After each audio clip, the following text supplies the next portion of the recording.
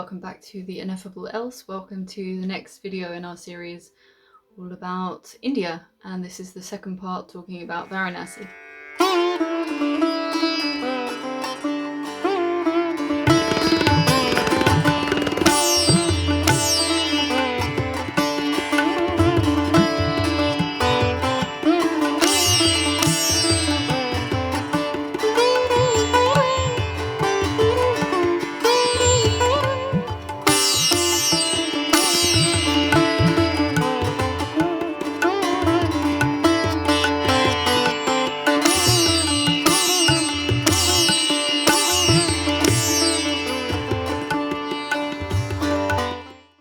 So, as I said, we were there for 8 days and we really started to get into a rhythm there. We got into a bit of a routine, and as always, we don't like to just see the touristy places wherever we go, so we made it our mission to get out into the regular neighborhoods. And I will say this of India in general: you can go into the dodgiest looking neighborhood and you feel safe.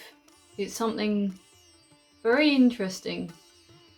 The kind of neighborhood I wouldn't go in Europe or in South America for sure. We were walking through there in some really rough places in Varanasi, for example, and there were kids there and they were laughing and smiling at us, and they felt relaxed and we felt relaxed.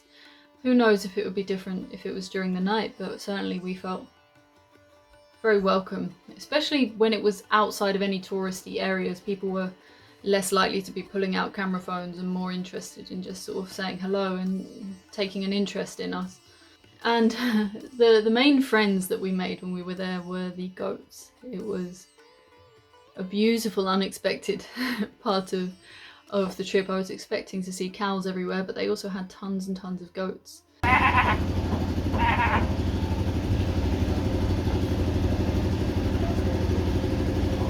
Hello, baby.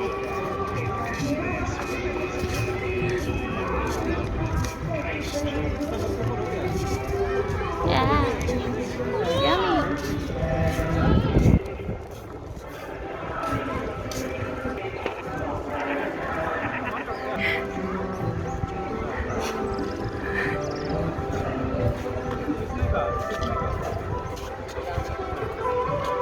And goats, for me, of course, they've got this dark, devilish kind of association, but they're almost feline in that kind of connection to the darkness and appreciation and acceptance of life. It's the Capricorn energy of like bones, death, life goes on, all right?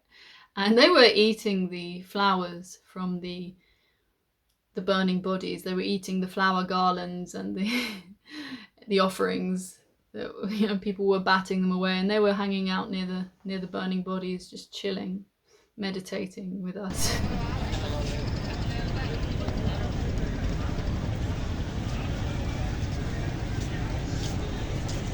You are my baby. Look at you. You're so cute. Yeah.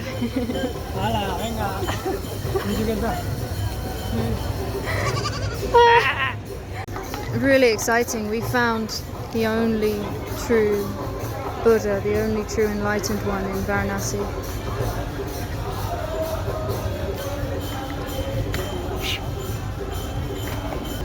Finally someone meditating. Finally. Phone, it was just the disciple. We found the master.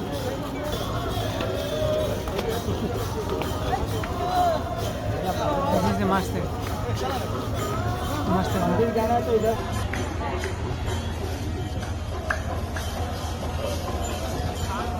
Approaching a state of samadhi.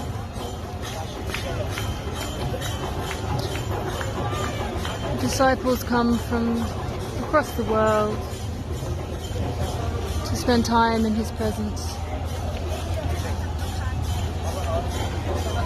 Om Namah Shivaya.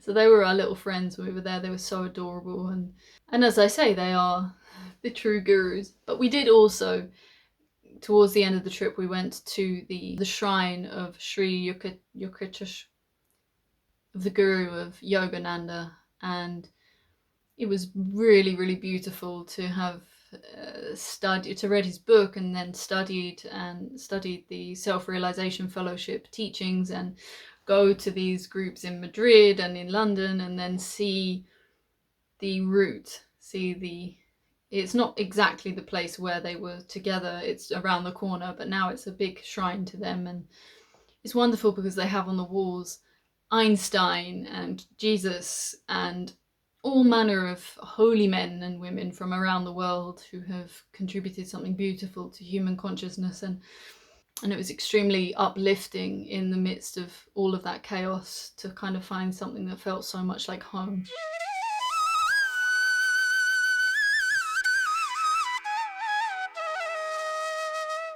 The trip would not have been complete without doing a boat trip along the Ganges, and we did leave that to the last minute, but eventually we struck a deal and we went for, I think it was 200 rupees each on a big boat with a few other people, up and down, seeing people filling their water bottles with water from the Ganges to drink. This was very confronting, and in fact, I should mention this. Generally, people washing in the Ganges, of course, is risky at that stage. Maybe, you know, up in the mountains is one thing, but this is a long way along the journey after there's many factories, leather tanneries, lots of animal fat, lots of other factories, lots of sewage. All of the sewage just gets emptied into the Ganges and then people swim and drink. Weirder than that though, I saw a man down by the river and there was a sewage pipe coming off of the city, coming off from the city, flowing into the river. He was using that water to wash his mouth out and to wash his face. And he didn't look like he was a young man. He didn't look particularly poor or anything. He looked more or less well-to-do. He had a smartphone. It was peculiar for me to observe this behavior because it's not washing your face in the sacred Ganga, if that's what you believe. It's literally the sewage running off of this city full of, every day they have tens of thousands of pilgrims coming. It really shocked me. It really blew my mind open seeing that, and seeing them people filling water bottles to drink and, you know, to take home to say they've got this piece of the Ganga. And yeah, mixed emotions, definitely, because I love the fact that people worship a river. I think it's fantastic and beautiful, but what does worship look like if it's just polluting it more and more and just kind of trying to ignore the fact? And there were lots of posters everywhere saying clean the Ganga, lots of posters suggesting how necessary it would be, especially from sadhus. There were even sadhus during one of the last Kumbh Melas who refused to swim. They normally go every festival to bathe and wash the sins of all the people because they're sadhus, they're holy men, and they refused to do it because the Ganga was too dirty. So they actually, with their collective action, managed to have a lot of the factories and sewage plants somehow redirect their waste, at least for the festival, so they would have cleaner water to swim in. But it's a massive problem with a massive population, so what can be done? The other thing it's confronting is all those feelings of like you want to have some kind of idea to fix this, but the problems are just so enormous and so foreign to us that we could just observe. The boat trip was fun. We managed to go over to the other side, which was a crazy place full of camels and horses and people trying to get us to buy a camel ride, even though we had a boat right there waiting for us. So it was, yeah, a lot of telling people to go away again. Ma'am, your house ready? No. Be careful.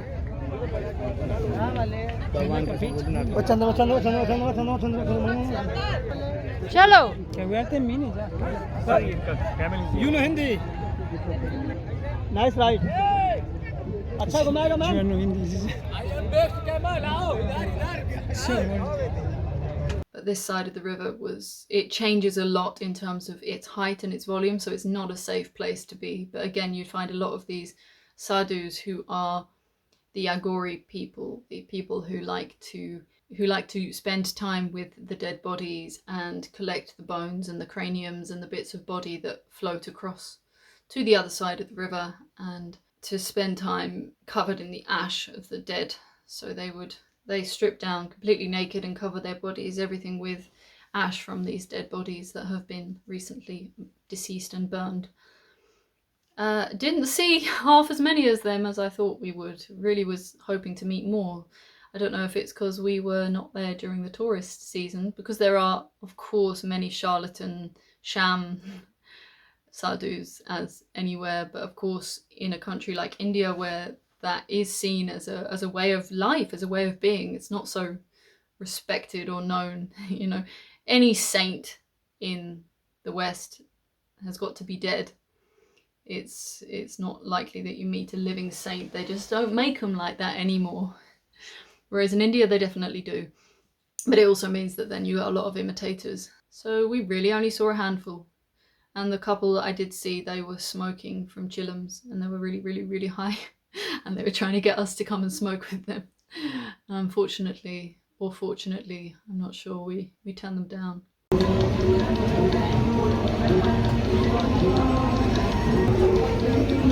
We're in an event where 30,000 people come every night to see the puja. We're in the in the middle of a massive boat. I can't really hear anything. There's one over there, one over there. The thing with Varanasi is that it is ruled by the god Shiva. It is all about destruction and transformation. So that's why they have the death there. That is why it's very masculine, and you have lots of Shivaites there who are quite scary young men wearing orange t-shirts. At least for me, the big realization I found is that the streets were 80% men, 20% women, and the women were not hanging about. They had places to be. So I often felt very outnumbered, and especially when it was a large group of young men who were very jumped up on, I'm not sure what, because supposedly they don't drink alcohol, but I'm fairly sure they do.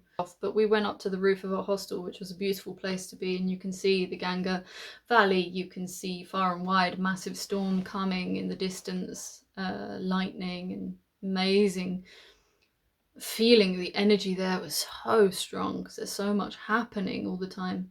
And we saw this very suspicious, interesting shadow moving back and forth and back and forth and back. Wow, there's like a ghost of a man in there. And it was very creepy how rhythmic it was. He was in a completely darkened room, creepy. No lights, just moving back and forth. I wasn't sure if he was doing a prayer. At one stage it looked like he was walking through the wall. I think there may have been a door there, but I can never be sure because it was dark, so I couldn't see, but it certainly looked like a ghost.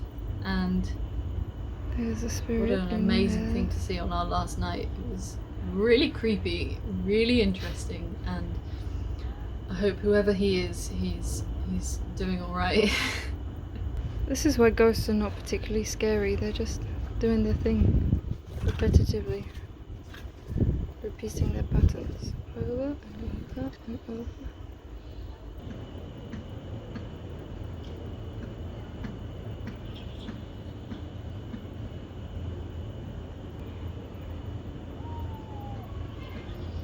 And then it came to leaving, so we ordered an Uber to take us to the train station because we'd remembered how chaotic it was on the way there. Very, very hard for me to persuade Richie not to walk. He said, no, it's fine, we've got plenty of time, let's just walk through all of this. The thing with India in general is there are no pavements, there's no distinction between the animals, the humans, the motorbikes, the cars, and there's also no side of the road. In many, many places, people were driving on both sides. Depending on the city and its personality, they would be driving willy-nilly wherever. So I didn't feel like walking with my massive rucksack all the way through the city in massively humid heat to go to a train station, which would also be really, really hot. So we got a nice Uber, which was luxury for us. We never get those in Europe. And we were on our way. It's very interesting because I was confronted with the thing that in India everybody lies down on the floor, and I'm the one in Europe who's always sitting on the floor and getting strange looks off people, and we are always breaking out our own food and eating absolutely everywhere and anywhere. We were suddenly these big big fans of the hand spray because we didn't get any vaccinations. We're not into that, so we didn't have the rabies and stuff, so it was a task of will to not cuddle any of these monkeys and animals and doggies. So no, we were out of our habits. We love being barefoot, we love eating out in nature on the earth. we love like sitting down in a train station and being comfy wherever we are. And suddenly I didn't feel like doing that. I really didn't feel like being barefoot, and I felt quite scared when I saw people's barefoot walking through cow poo, like between toes. I'd love you to explain, please tell me in the comments what's the thinking behind this. I know the attitude is that feet are the worst part of the human being, and that's why you should never point them at a temple. And maybe is it like they're so disgusting anyway, it doesn't matter if they get more disgusting. But at the same time, women have the most beautiful henna and the most beautiful toe rings, and it looks very elegant. So I don't know. I'd love to understand that, the thinking behind that, along with many other things that we found when we were traveling around India.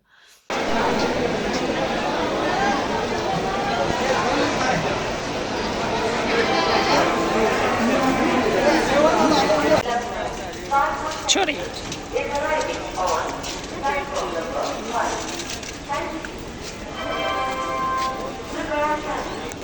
Bravo!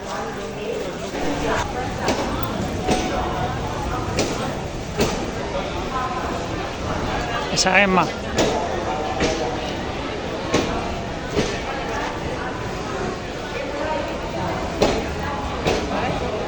But we were off to get our train, and this was an overnight sleeper train taking us to Agra, because it was within the same province, so it was not between provinces, so there was no first class option, so we went for second class. It was alright. I'll have to do a video talking about this specifically, but it was nice having a curtain and having our own little space, but we were in the corridor where many people were walking past, so it wasn't as private as it could have been. But considering the other transport journeys we had, that one was really not too bad. It was just extremely long to get to Agra, which is like 600 kilometers. It took 17 hours. So like, people think India is really big, but a lot of that comes to do with the journeys that take 30 hours. I think it's because the trains are really slow and they stop all the time, and I'm never sure why or where we are, and in that sense it was quite hard to feel it was worth it to take the train. I think I slept pretty well, but then we still had a good chunk of time left sitting, just waiting to get there. Yeah, the process of getting the tickets was really usefully explained to me via YouTube videos. So if you're going to India, I really highly recommend you get an account before you go. And then I paid, I think, 10 cents to be able to have an international account, because it's important to buy the tickets if they're long haul ones, to buy them about a month in advance. So obviously I didn't have an Indian phone number before I went, so I set up an account with the IRTC, like the governmental website, to book tickets in advance, and it was great. It wasn't too hard. So yeah, that was Varanasi. It was a big experience and a big way to start, and the next place we went to was Agra. So thank you for watching. Please subscribe for more of our journey.